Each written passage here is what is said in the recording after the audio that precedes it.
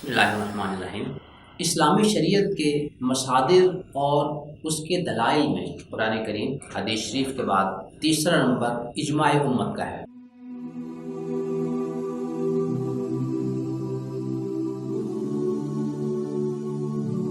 لیکن ہمارے ایک دوست غامدی صاحب امت اسلامیہ سے علیحدہ اپنی ایک راہ بنائے ہوئے ہیں۔ وہ اجماع امت کو شریعت اسلامیہ کا ماخذ تسلیم نہیں کرتے، بلکہ وہ اس کو ایک بدعت قرار دیتے ہیں۔ اب اجماع کے حجت ہونے پر حدیث شریف کے حوالے سے جو دلیل ہے وہ نبی اکرم صلی اللہ علیہ وسلم کا یہ ارشاد مبارک ہے، ان اللہ لا یجمع امتی علی ضلالہ، اللہ تعالیٰ میری امت کو گمراہی پر جمع نہیں کریں گے۔ اس حدیث کو غامدی صاحب کے ممدوح عالم جناب البانی صاحب نے صحیح الجامع صغیر میں اور مشکات میں صحیح قرار دیا ہے، لیکن چونکہ غامدی صاحب نے اجماع کو شریعت اسلامی کا ماخذ تسلیم نہیں کرنا، لہٰذا وہ ان دلائل پر بھی اپنے خود ساختہ اصول کی روشنی میں تنقید کرنے کی کوشش کرتے ہیں اور ان دلائل کو کمزور کرنے کی کوشش کرتے ہیں۔ اب یہ جو حدیث شریف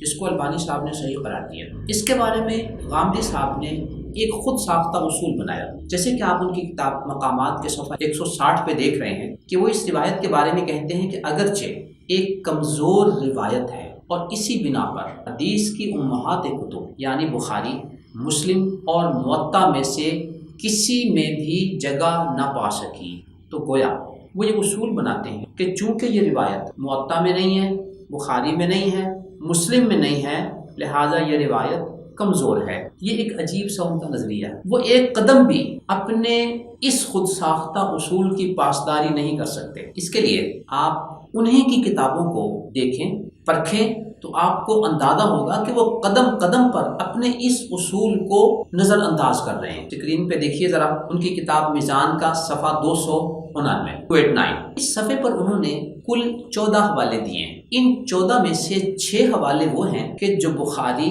مسلم اور موطا کے علاوہ ہیں۔ کیا میں اور آپ ہم سب مل کر غامدی صاحب سے سوال کر سکتے ہیں کہ جناب یہ 14 میں سے 6 حوالے موطا، بخاری، مسلم جنہیں آپ امہات کتب کہتے ہیں، ان میں یہ جگہ کیوں نہیں پا سکے؟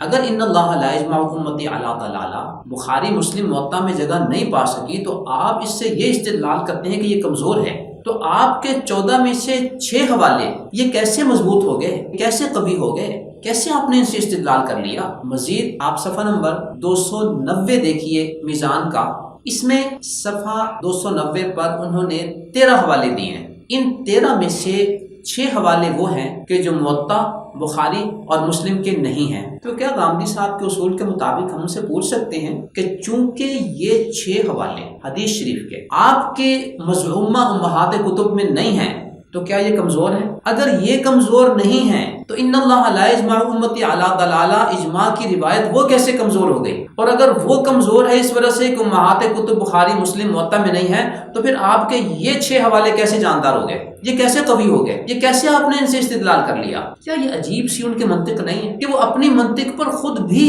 چل نہیں پا رہے؟ آپ مزید دیکھیے انہیں کی کتاب میزان کے صفحہ 316 پر انہوں نے 7 حوالے دیے۔ ان 7 میں سے 4 حوالے وہ ہیں کہ جو ان کی بتائی ہوئی مزعومہ امہات کتب حدیث موطا، بخاری اور مسلم میں نہیں ہیں۔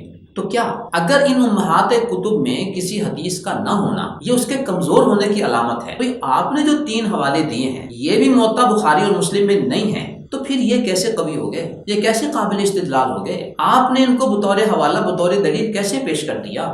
اگر یہ دلیل بن سکتے ہیں اس لیے کہ وہ امہات کتب میں نہیں ہیں، تو پھر ان اللہ لا یجمع امتی علی ضلالہ کیوں دلیل نہیں بن سکتا؟ تو گویا آپ نے جو اصول بنایا تھا، آپ اپنے اصول پہ اپنی کتاب میں ایک صفحہ آگے نہیں بڑھ پا رہے۔ تو ان حوالہ جات سے آپ نے واضح طور محسوس کیا کہ غامدی صاحب جو اصول بناتے ہیں اس اصول پہ وہ خود بھی نہیں چل پاتے۔ تو کیا بات واضح ہو کر سامنے آئی کہ انہوں نے ان اللہ لا یجمع امتی علی ضلالہ اجماع کی اس دلیل کو کمزور کرنے کے لیے جو بنیاد بنائی تھی وہ بنیاد ہی کمزور ہے۔ جب بنیاد کمزور ہے، استدلال کمزور ہے، تو اجماع حجت ہے. جب اجماع حجت ہے، اس کی دلیل مضبوط ہے، جس کو البانی صاحب بھی صحیح قرار دے رہے ہیں، تو پھر غامدی صاحب کا اجماع کو بدعت کہنا اور ایک غیر یقینی چیز قرار دینا، یہ موقف کتنا کمزور ہے. اگر میں اور آپ تھوڑا سا باریک بینی سے ان کے افکار و نظریات، ان کی گفتگو، ان کے اصولوں کو پرکھیں تو میں اور آپ یقیناً اس نتیجے پر پہنچیں گے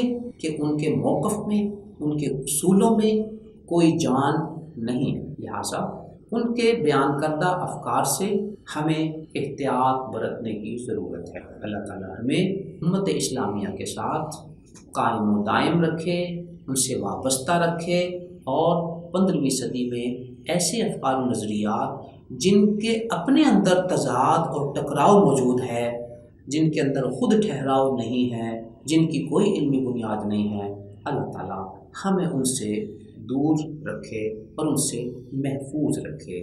آمین.